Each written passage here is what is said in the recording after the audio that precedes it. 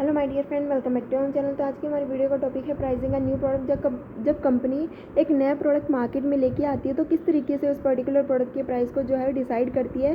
तो यहाँ पे दो टाइप्स होते हैं, एक तो होता है मार्केट स्कीमिंग और एक होता है मार्केट पेनिट्रेशन। स्कीमिंग का मतलब होता है कि जो भी मिल्क के ऊपर जो क्रीम होती है वो सारी की सारी क्या कर लेना, हटा लेना, सोख लेना। इसी तरीके से कंपनी क्या करती है, जब स्टार्टिंग में नया प्रोडक्ट मार्केट में लेके आती है तो उस समय जो होते हैं वो प्राइस वो बहुत ज़्यादा चार्ज करती है।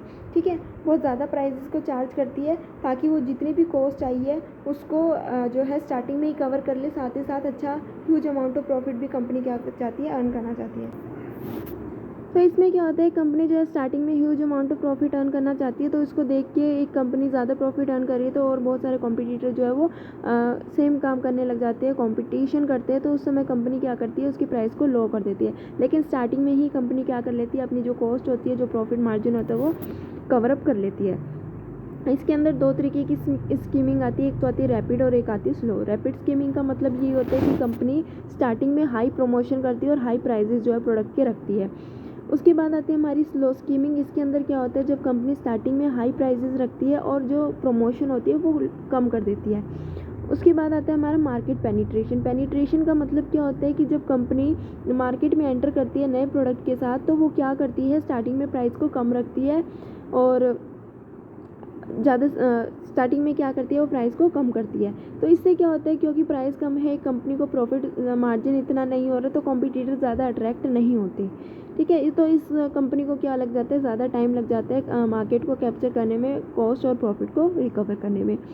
अब क्या होता है, इसके अंदर दो चीज़ें आती है, एक आता है रैपिड और एक आता है स्लो। सेम जो स्कीमिंग में होता है वही पेनिट्रेशन में होता है कि एक रैपिड पेनिट्रेशन और स्लो पेनिट्रेशन। रैपिड पेनिट्रेशन में क्या होता है, कंपनी स्टार्टिंग में प्राइस को क्या करती है, लो रखती है। मीन्स इसमें प्राइस को स्टार्टिंग और बाद में क्या लो ही रखा जाता है। नॉर्मली कंपनी के जो प्राइस होते हैं वो लो होते हैं और साथ ही साथ अगर हम रैपिड पेनिट्रेशन की बात करें तो लेकिन कंपनी जो है प्रमोशन ज़्यादा करती है। रैपिड पेनिट्रेशन में कंपनी प्रमोशन ज़्यादा करती है, लेकिन अगर हम स्लो पेनिट्रेशन की बात करते हैं तो इसमें कंपनी क्या करती है, प्राइसेस जो है वो कम रखती है, लो रखती है, लेकिन जो प्रमोशन है वो भी क्या करती है, कम करती है in the slow penetration.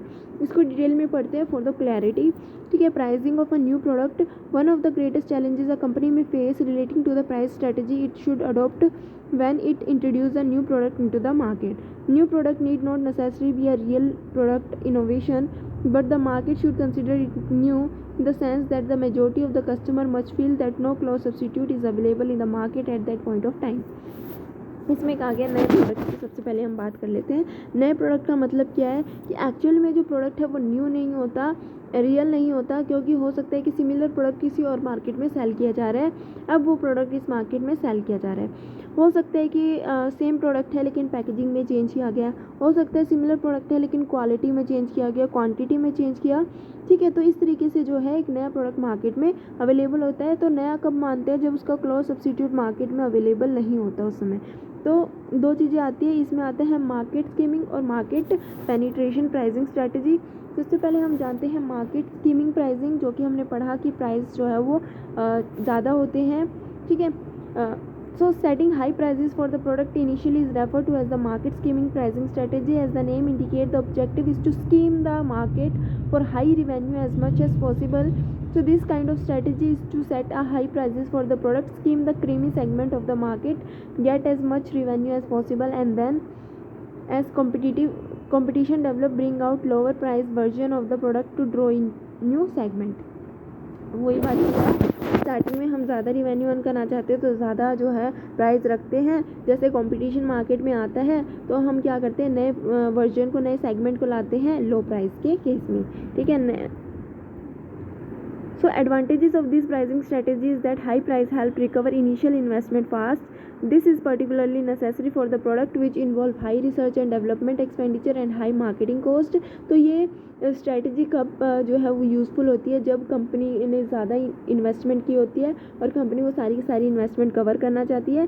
Second, जब कंपनी की मार्केटिंग कॉस्ट ज़्यादा आती है, रिवेन्यू रिसर्च और डेवलपमेंट में जो एक्सपेंडिचर है कंपनी का ज़्यादा होता है, तो उस केस में इसका यूज़ किया जाता है। So the funds realized by the scheming the market can be utilized to finance entry into other segment of the market if and when necessary. So also it has become necessary for companies to recover as much finance as early as possible in the present day of the shorter product life cycle.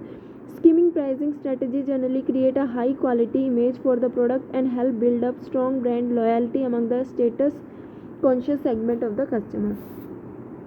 In any case, it may be easier and advisable to start at high price and if need reduce the price subsequently rather than start at low price and find it difficult to raise the price subsequently even if it is justifiable. So market skimming makes sense under certain conditions. Firstly, the product must be considered new by the target customers or segment and it should take time and substantial resources for competitor to develop substitute. कब कब इसका use किया जाता है, किन condition में market skimming का use किया जाता है? जब प्रोडक्ट नया हो और आपके कॉम्पिटिटर को टाइम लगे इस तरीके के सब्स्टिट्यूट को मार्केट में लाने में. सेकंड, जब प्रोडक्ट जो है वो क्या है, इनइलास्टिक है, यानी कि लोगों की प्रोडक्ट में कोई चेंज नहीं आ रहा है अगर आप इसकी प्राइस को बढ़ाते हो तो. सो थो the size of the segment may be small in terms of the numbers of customer and the sale volume, the value of the sales should be high and profit also high. तो यहाँ पे कहा गया कि जो population है, जो customers है वो क्या है, हो सकता है कम है लेकिन जो सेल है, ठीक है, जो सेल है इस प्रोडक्ट की वो ज़्यादा है और जो कस्टमर ये परचेज़ कर रहे हैं वो ज़्यादा से ज़्यादा प्राइस पे करने के लिए तैयार है. तो एक कंपनी को अगर ज़्यादा प्राइस चार्ज करेगी तो ऑटोमेटिकली प्रॉफिट भी ज़्यादा होगा. Small segment should comprises illicit buyers. Illicit buyer का मतलब वो ऑब्टेन्ड, ठीक है, कोई भी गुड्स को ऑब्टेन करना चाहते हैं, खरीदना चाहते हैं.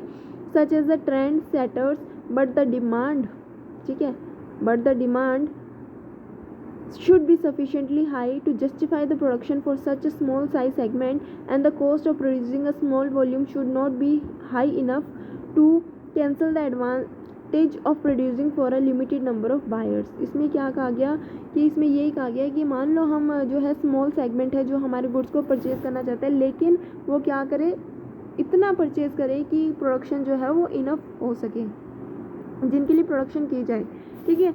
मान लो कि वो सेल्स तो एक कंपनी की हो रही है लेकिन कंपनी इतना छोटा सेगमेंट है कि कंपनी की जो सेल है वो हो रही है, उससे कंपनी की कॉस्ट रिकवर नहीं हो पा रही, तो प्रॉफिट कहाँ से होगा? ऐसा नहीं होना चाहिए. जस्टिफाई प्रोडक्शन की जाए, यानी कि इतनी प्रोडक्शन की जाए कि कंपनी की कॉस्ट और साथ ही साथ प्रॉफिट कंपनी क्या कर सके, कवर कर सके. ये था हमारा मार्केट सेगमेंट जो है स्कीमिंग. इसके अंदर हम 2 पॉइंट और लिख सकते हैं. एक तो आता है रैपिड स्कीमिंग, एक आता है हमारा स्लो स्कीमिंग. रैपिड स्कीमिंग क्या होता है? जहाँ पे प्रमोशन बहुत ज़्यादा होती है. स्लो स्कीमिंग जहाँ पे प्रमोशन कम होती है. उसके बाद आता है market penetration. Market penetration pricing strategy advocates setting as low and initial price as possible in order to penetrate the market as fast and as much as possible. Low price is expected to attract high volume of business which in turn will have the effect of lowering the cost further. The advantages of the penetration pricing strategy is that low price generally discourages the competition and hence gives substantial market share to the company practicing this strategy. So it suffers from the disadvantages that charging low price may leave considerable consumer surplus in the sense that if the market is prepared to pay higher prices then the company charging a low price stand to lose revenue. Moreover, low price may generate very high demand and if the company is not able to match supply with demand its reputation may be affected. Low price also tend to be associated with low quality of the product and poor services. यहाँ पे कहा गया market penetration का मतलब ये होता है कि जब कंपनी क्या कर रही है, कम प्राइस चार्ज कर रही है. कम प्राइस क्यों चार्ज कर रही है? ताकि एक कंपनी को ज़्यादा से ज़्यादा जो है कस्टमर्स को अट्रैक्ट कर सके, ज़्यादा से ज़्यादा प्रोडक्शन कर सके.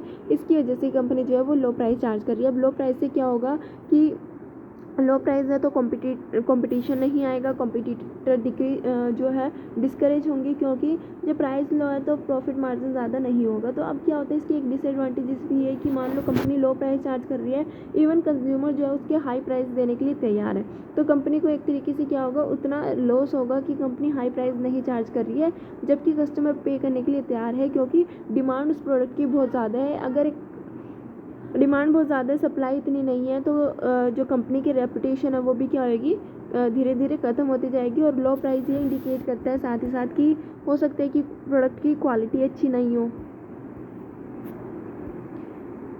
सो conditions favoring deployment of penetration pricing strategy are the opposite of those favoring deployment of skimming pricing strategy.